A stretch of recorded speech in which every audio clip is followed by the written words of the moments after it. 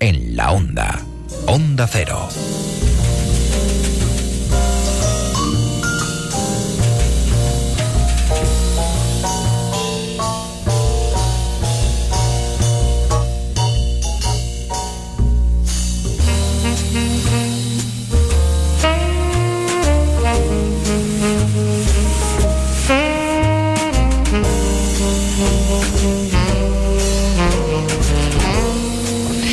Es momento los lunes de afrontar este espacio que lo que quiere es ir dando poquito a poco mayor luz, contribución en aquellos asuntos en los que la nutrición, la salud, están íntimamente relacionados. Es verdad que a veces los abordamos desde el punto de vista de monotemas, pero cada uno de ellos vamos comprobando cómo de alguna forma tienen su repercusión sobre el otro. Hablamos de ese binomio, nutrición y salud.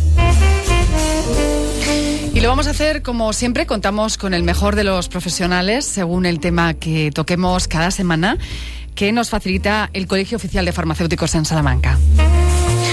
Hoy viene el profesional que de alguna manera está vinculado a este colegio y que todo aquello que tiene que ver con las administraciones públicas pues se lo sabe muy bien. Y si no lo sabe, procura aprendérselo. Francisco Javier Sánchez, muy buenas tardes. Muy buenas tardes. Bueno, ¿qué labor tienen sobre todo ustedes para que los oyentes puedan aclarar mejor desde el punto de vista de la conexión entre farmacéuticos y administraciones públicas? Bueno, yo trabajo en el Servicio Territorial de Sanidad y nosotros allí, por ejemplo, tenemos lo que llamamos los servicios oficiales farmacéuticos, que son unos servicios de inspección farmacéutica que se encargan de la inspección a nivel farmacéutica, se encargan también de la higiene de los alimentos y de la sanidad medioambiental. Hay un grupo de profesionales muy cualificados, muy preparados, que se encargan de que nuestra salud pública, no tenga ningún perjuicio de algún tipo de alteración a nivel medioambiental, a nivel alimentario o a nivel farmacéutico. Es decir, que serían ustedes como unos centinelas. Exactamente, centinelas, los guardianes. Sí. Guardianes, más que bien, inspeccionamos que todo estamos casi en el modo, desde el silencio, desde la distancia, comprobar que todo se realiza de acuerdo a una serie de pautas y reglas para que todo funcione bien. Uh-huh.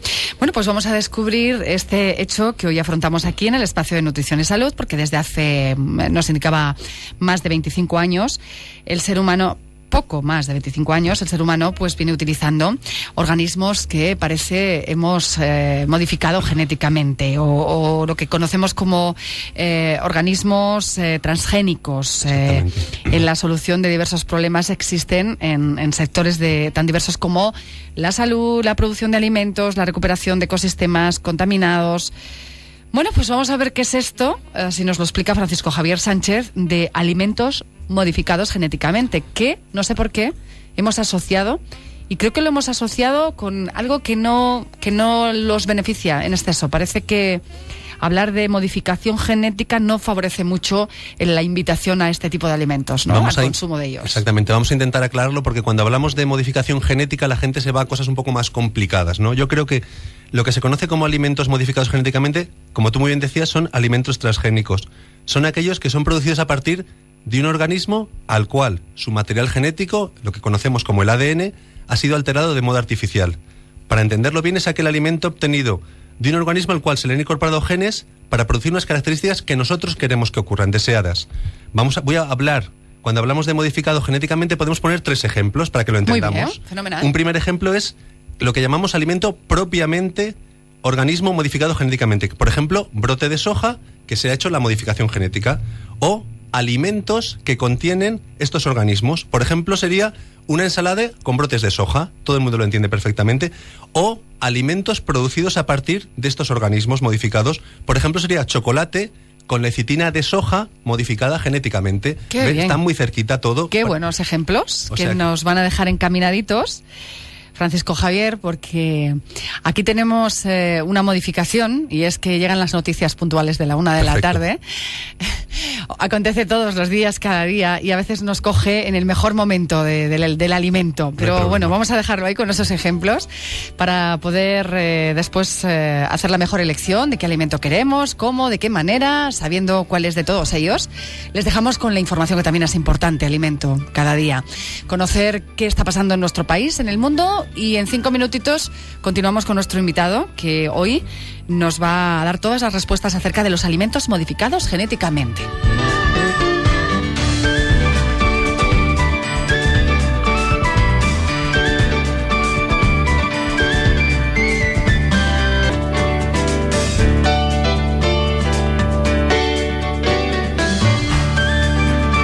Salamanca en la Onda, con Pilar Díaz. Pues nos cogen ustedes en esta segunda parte del programa que habíamos dejado interrumpida con respecto al anterior, antes del boletín de noticias a la 1:06, con nuestro invitado hoy, el vocal de Administraciones Públicas del Colegio Oficial de Farmacéuticos, Francisco Javier Sánchez. Nuevamente, buenas tardes. Buenas tardes. Y nos estaba hablando de qué eran realmente los alimentos modificados genéticamente. Nos ponía además 3 ejemplos muy claritos para saber de qué estábamos hablando. Y ahora lo que yo le voy a trasladar es, tras una vez la definición de esos alimentos modificados genéticamente, que son aquellos a los que de alguna manera hemos hecho algún tipo de maniobra, hemos manejado de algún modo de forma artificial, bien, en origen. ¿Por qué se producen los alimentos modificados genéticamente? Bueno, el objetivo es buscar un producto con un menor precio y mayores beneficios, tanto en términos de durabilidad como de valor nutricional o de ambos. Actualmente, todos los cultivos de organismos modificados genéticamente disponibles en el mercado internacional son diseñados en base a 3 características. Primero, sí, mejorar la resistencia al daño causado por insectos. Ajá. La segunda sería mejorar la resistencia a infecciones virales que pueden tener estos cultivos. Y como tercero, mejorar la tolerancia a ciertos herbicidas. Para que lo entendamos, siempre es bueno poner un ejemplo. Sí, en la radio además ya le aseguro que es lo que mejor funciona, porque es verdad que es muy didáctico el ejemplo. Pues hay una variedad de maíz que es el maíz que se llama maíz resistente a los pesticidas. Los científicos lo que hacen es transfieren un gen a la planta de maíz que le hace resistente a un cierto pesticida. Entonces, cuando el agricultor pulveriza el cultivo de maíz con pesticidas, puede destruir la mayor parte de las plagas sin matar las plantas de maíz modificadas genéticamente. ¿Qué ventajas conlleva con esto? Pues que el agricultor puede obtener una cosecha mayor porque es más fácil combatir las plagas y puede utilizar un pesticida menos perjudicial y en menor cantidad para el medio ambiente. Sin embargo, claro, Francisco Javier Sánchez, teniendo en cuenta que es verdad que son muchas las cosas que se han dicho acerca de los alimentos modificados genéticamente, alimentos transgénicos, lo cierto es que no hay todavía ningún estudio que ponga de manifiesto con claridad, con rigurosidad científica, que son buenos o que son malos, ni una cosa ni la otra. Es decir, ahí están. Por tanto, ¿cuáles son los principales temas que estos sí que nos preocupan de esa modificación genética que hacemos para la salud humana? Y además de para la salud humana, también para el ambiente, para la salud ambiental. Bueno, pues como tú muy bien dices, como ocurre con casi todo, de estos alimentos transgénicos también presentan unas desventajas que tenemos que evaluar. En primer lugar, hablamos con respecto de la salud. Pues hay que investigar una cosa que se investiga con todos, sean o no organismos modificados genéticamente, sus posibles efectos tóxicos. Segundo, lo que se investiga es la tendencia a provocar en la salud una reacción alérgica. Entonces, lo que se intenta actualmente es, no se han hallado efectos alergénicos, por lo que se desaconseja la transferencia de genes de alimentos comúnmente alergénicos. Y lo tercero, y una cosa importante, sobre todo de cara a los piensos que se utilizan también con organismos modificados genéticamente, es el riesgo... la resistencia a antibióticos. Hay un riesgo de transferencia de genes resistentes a antibióticos hacia nosotros. Luego también hay que ver que los efectos nutricionales en estos alimentos sean como mínimo los mismos que con alimentos no modificados genéticamente. Y pasamos también luego a comentar un poco qué efecto puede ocurrir sobre el medio ambiente. Bueno, he hablado antes de efectos convenientes, pero si quieres lo que hago es te pongo también el ejemplo del maíz que te hablé con las ventajas, te lo voy a poner con los inconvenientes. Pues hemos hablado de ese maíz resistente a los pesticidas. ¿Qué puede ocurrir? Pues ese maíz también, el inconveniente que puede ocurrir es que el gen de maíz modificado genéticamente, ese gen de maíz puede ser transferido a las plagas y crear unas plagas más resistentes que necesitemos biocidas más potentes, porque se hacen resistentes las plagas. Y además, esa planta que puede subsistir con respecto a los demás, ser difícil eliminarla después. Quiero decir, esas plantas que crean alrededor, que pueden tener ese contenido de biocida, ser más difícil de eliminar. Comprendido. Por lo tanto, digamos que estamos alimentando... Exactamente. Posibles resistencias a esos biocidas que harían que tendríamos, como tú bien decías, crear unos biocidas más potentes. Y también puede ocurrir también que esos insectos que están poco a poco creen resistencias a ese biocida con el cual los hemos matado. Que antes no existía. Exactamente, que no existía. Ese es el problema que pueden presentar también. Por tanto, aparecen nuevas dificultades que tendríamos que saber manejar. Y que ir viendo a medida que esto se produjera. Porque, ¿sabe que un día una profesional de la medicina me dio una respuesta que me dejó francamente sorprendida y además me dejó pensativa, y fue que nada de lo que un humano consume o hace desde luego es objeto de no tener consecuencias. Así que cualquier elección que hacemos siempre tiene consecuencias. Lo que tenemos es que saber calibrar, ¿verdad? Bien. Y balancear siempre hacia lo positivo. Exacto. Por tanto, en este balanceo siempre estará muy bien, Francisco Javier, conocer si el producto que voy a comprar contiene algún tipo de modificación transgénica, claro. Sobre todo para poder elegir. Claro. O sea, la legislación europea obliga a que se etiqueten todos aquellos alimentos que contengan o estén compuestos de organismos modificados genéticamente. ¿Para qué? Porque, como muy decíamos, para facilitar la libre elección del consumidor. Tú eliges si lo quieres comprar o no. Es obligatorio indicarlo en el etiquetado de aquellos productos cuyo contenido supere el 0,9%. Así, los alimentos que contengan o estén compuestos o se hayan producido a partir de organismos modificados genéticamente, siempre que vayan al consumidor final, que somos nosotros, deben indicarlo en su etiqueta. Como siempre, os voy a poner otro ejemplo.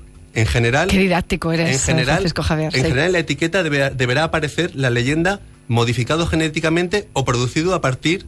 Pondría el nombre del ingrediente y pondría después modificado genéticamente. Por ejemplo, mis niños, unos cereales para el desayuno. Yo quiero saber si están o no. Claro. Pues uno de los ingredientes podría ser el maíz, del que hemos hablado, modificado genéticamente. Pues la indicación que veríamos en la caja, en la lista de ingredientes que viene especificada en la caja, sería harina de maíz y bien, entre paréntesis o con un asterisco y puesto al final pondría producido a partir de maíz modificado genéticamente. Así podría elegir si lo quiero comprar, si lo quiero dar de desayunar a mis hijos o no. Sus hijos, que no son 1 ni 2, que son 3, es un valiente. ¿Son seguros? Esta es la gran pregunta. ¿Son seguros los productos que contienen transgénicos modificados, alimentos modificados? Bueno, en general, todos los alimentos, ya no estamos hablando de organismos modificados genéticamente, en la Unión Europea son sometidos a unas evaluaciones que garanticen un consumo seguro. Pero si bien en los organismos modificados genéticamente, en los alimentos transgénicos, se someten a una evaluación que llamamos caso a caso, individualizada, antes de autorizar su comercialización en Europa. Por un lado, se debe garantizar que no tienen efectos negativos para la salud humana, que no inducen error al consumidor y que no se diferencian de los alimentos que están destinados a sustituir de tal manera que su consumo normal resulte desventajoso desde un punto de vista nutricional. ¿Y qué es lo que se hace? Con todo esto, la autoridad europea emite un dictamen y un informe que sirven de apoyo tanto a la Comisión Europea como a los Estados miembros para decidir si se autoriza o deniega la comercialización del organismo modificado genéticamente. ¿Y cuántos alimentos? ¿Hay una contabilización de cuántos alimentos más o menos podríamos decir hay aprobados podríamos hablar en Europa? Hay muchos aprobados para la elaboración de piensos y alimentos para personas. Hay como unas 16 variantes de maíz, 3 de soja, unos 6 de algodón, unos 3 de colza y remolacha azucarera, de patata hay alguno también, de clavel, y de todas estas variantes solo se ha permitido el cultivo en el territorio de la Unión Europea a 2 variantes de maíces y 1 de patata. Para el resto está permitido la comercialización, pero no el cultivo. Pues creo que nos ha quedado perfectamente claro. ¿Me permitiría que le hiciera una pregunta fuera de lo que teníamos hoy presente para abordar y que tiene que ver con... ¿Sí? Sí. Solo si usted me lo permite, sí. Yo voy adelante con ella. ¿Qué fielatos, por tanto, se saltó aquel fabricante donde han ido apareciendo no productos, en este caso transgénicos o productos que estén prohibidos, pero sí que se estaba vendiendo una carne en calidad de otra? Es decir, ¿qué fielatos pasó ahí, la marca? ¿Qué pudo pasar que de alguna manera burló, entiendo, todas los rigores de inspección que en Europa tiene que pasar determinado alimento, determinado producto, para que realmente contenga lo que nos dice, lleve los ingredientes que constan en esa información que se nos ofrece en el envoltorio. Muy claro no está, tengo. ¿verdad? Puede ocurrir también, quiero decir, que a veces se haga un loteado de... No se puede examinar todo el producto en sí y se haya metido un loteado de producto bueno que no esté contaminado. No sé exactamente el tema. Nosotros llevamos más tema de vegetales que tema de animales, que está más llevado por veterinarios. Ajá. Pero algún fallo hubo, desde luego, en el control de saber los ingredientes que llevaban ese tipo de productos, desde luego. En ese balanceado que siempre hay que hacer, que usted nos apuntaba muy bien positivamente, lo que sí que es verdad es que al final... se pudieron saltar unos fielatos, no sabemos muy bien, al menos aquí no tenemos esta información, pero sí es verdad que al fin se detectó de una manera u otra, estos registros sanitarios al final fueron capaces de detectarlo, ¿no? Exactamente, yo creo que siempre hay que creer en que los registros, lo que hay que pasar, son los adecuados. Mirar, desde que hubo aquella crisis con las vacas locas, en seguridad alimentaria la verdad es que se está trabajando, yo creo que muy bien. Se está intentando incidir, aunque pueden aparecer algún caso como esto, se incide mucho en que esto no vuelva a ocurrir. Se están trabajando en piensos, se trabaja en animales. ¿Para qué? Para que no vuelvan a ocurrir casos como ocurrieron en aquel momento, de las vacas locas y todas estas cosas. Le agradezco mucho esta aclaración porque usted sabe, como sospecho muchos de nuestros oyentes están pensando, que comer con esa sensación a veces, consumir desde el punto de vista alimentario con esa sensación de ¿qué estaré comiendo? ¿Qué estará pasando? Es problemático, es difícil y debemos de eludirlo en cuanto no sea posible. Así que le agradezco la respuesta que nos ha dado a este respecto. Volvemos con ustedes la próxima semana en este espacio de nutrición y salud, como siempre aprendiendo muchísimas cosas. Nos acompañó el vocal de Administraciones Públicas del Colegio Oficial de Farmacéuticos de Salamanca, Francisco Javier Sánchez. Gracias por hacerlo. Muchas gracias. Un saludo.